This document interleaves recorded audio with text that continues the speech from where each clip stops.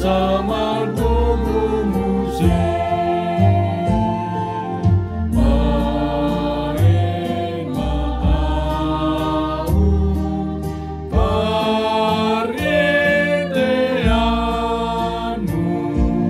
pasu-pasu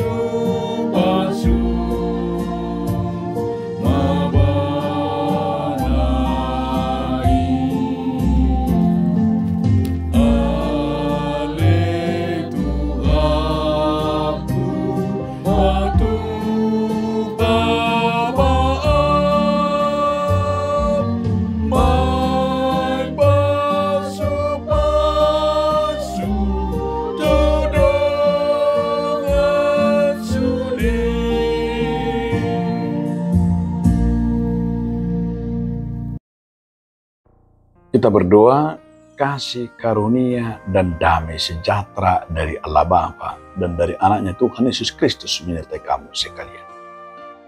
Amin. Saudaraku, dalam nama Tuhan Yesus Kristus, firman Tuhan bagi kita hari ini tertulis dalam kitab Amsal 31 ayat yang ke-8. Bukalah mulutmu untuk orang yang bisu, untuk hak semua orang yang merana. Uka mapa mangamu mangudihon halak nangungu, moko uhum di saluhut, anak natading dilabin. Demikian firman Tuhan. Saudaraku, judul renungan kita hari ini adalah Bukalah Matamu. Salomo mengajarkan kita tentang hidup sukses, hidup bahagia, hidup di dalam Tuhan. Maka dalam kunci yang berbahagia, kunci bahwa kita dapat menerima keberhasilan di saat diri kita bukalah matamu, bukalah mulutmu, bukalah dirimu. Terhadap siapa? Terhadap orang-orang yang merana, terhadap orang-orang yang kecil. Salomo salah satu raja yang paling bijak. Salah satu kebijakan yang disampaikan adalah hikmat yang disampaikan oleh Salomo adalah jika ingin hidup sukses dan menjadi orang besar, bukalah matamu, layanilah yang miskin, orang yang merana. Ternyata kita menjadi orang besar dan orang yang sukses adalah di saat kita membuka mata kita, membuka mulut kita, membuka diri kita, melayani orang-orang kecil. Yang selama ini kan yang susah kita layani orang-orang merana, orang-orang kecil. Kita menutup diri bagi mereka.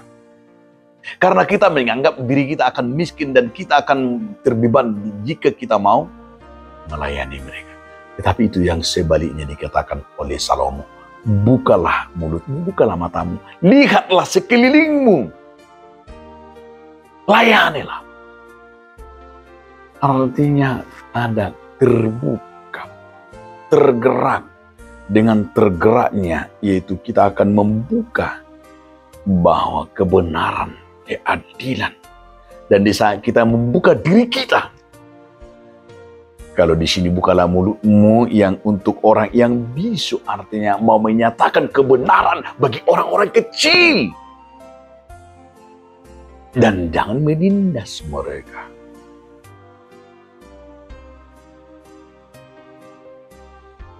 Kalau dikatakan oleh Agustinus bahwa hidup kita ini akan menjadi berkat bagi orang lain, membuka diri. Bunda Teresa, dia membuka dirinya bagi orang-orang kecil. Bunda Teresa memberikan dirinya bagi orang-orang yang merana. Tapi salah satu karena dia melayani orang-orang kecil, orang-orang merana, maka nama Bunda Teresa menjadi ibu dan perempuan yang betul-betul yang disenangi dan yang menjadikan dirinya kesuksesannya bukan karena hartanya, bukan. Kebahagiaannya bukan karena memiliki banyak harta dan banyak anak, bukan, tapi adalah karena dia melayani, membuka mulut bagi orang-orang bisu, bagi orang-orang merana. Itulah menjadikan dirinya jadi orang besar. Seperti demikian yang dikatakan Salomo dari firman ini.